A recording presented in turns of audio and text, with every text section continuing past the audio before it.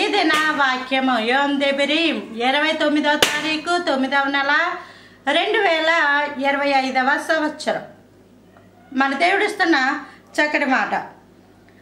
కొరింథీయులకు రాసిన మొదటి పత్రిక 3వ అధ్యాయము 23వ వచనం. మీరు క్రీస్తు వారు, క్రీస్తు దేవుని వాడు. మనం ఈరోజు నువ్వెవరమ్మా అని అడుగుతూ ఉంటారు. ఏ వర్గానికి చెందిన వారు అనేటప్పటికి శరీరానికి సంబంధించిన ఆ యొక్క కులమనో మతమనో ఏదోటి చెప్తుంటారు. ప్రాంతాన్ని బట్టి మేము పలానా ప్రాంతపు వారమండి అంటారు. ఉద్యోగాన్ని బట్టి మేము పలానా వాటిలో ఉద్యోగం చేస్తున్నామండి అంటారు. హోదాని బట్టి మాట్లాడుతుంటారు.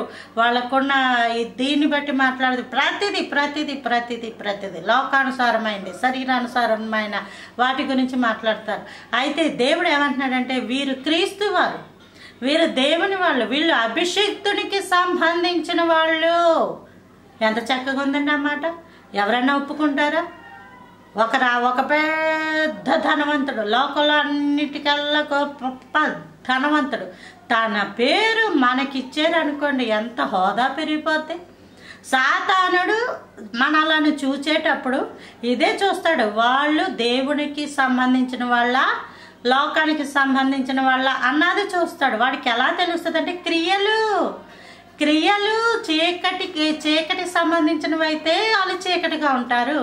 వెలుగుకు సంబంధించిన వాళ్ళు అయితే వెలుగు క్రియలు ఉంటాయి. వెలుగు క్రియలు ఉన్న వాళ్ళు అభిషిక్తునికి సంబంధించిన వాళ్ళు క్రీస్తు వారు. మండుచున్న దీపమై ఉండెను అని ఏలియాని గురించి ప్రభువారే మాట్లాడారు. ఈ చీకటి లోకంలో, ఈ యొక్క అంధకారమైన లోకంలో దేదీప్యమానంగా వెలిగేది బైబిల్ వాక్యము మాత్రమే. ఎందుకంటే వాక్యమే దేవుడు, ఆయనే నిజమైన వెలుగు.